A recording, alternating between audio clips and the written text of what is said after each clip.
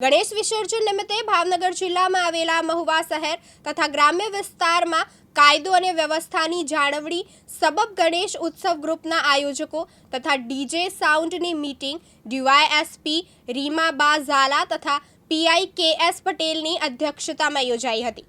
આવતીકાલે તારીખ 6/9ના રોજ જ્યારે મહુવા શહેરમાં નાના અને મોટા કુલ મળીને 114-116 જેવા ગણેશનું વિસર્જન થનાર છે, ત્યારે મહુવા શહેરમાં કાયદો અને વ્યવસ્થા જળવાઈ રહે તેમજ કોઈ અનિચ્છનીય બનાવ ન બને તે માટે આજ રોજ તમામ આયોજકો સાથે એક શાંતિ સમિતિની મિટિંગનું આયોજન કરવામાં આવ્યું।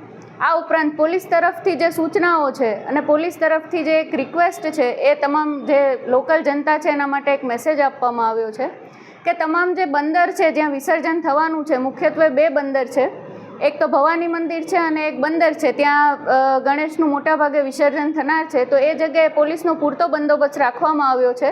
ત્યાં 30 જેટલા એસઆરડી જવાનો લાઈફ જેકેટ સાથે તૈનાત રહેશે, જેથી કોઈ પણ અનિચ્છનીય બનાવ ન બને। આ ઉપરાંત સામાન્ય જનતાને એક નમ્ર વિનંતી છે કે જો શક્ય હોય તો આ 2 જગ્યાએ જ ગણેશજીનું વિસર્જન કરે, જેથી કરીને અગર કોઈ બનાવ બને છે તો પૂરતી તકેદારી સાથે પોલીસ પણ મદદરૂપ થઈ શકે।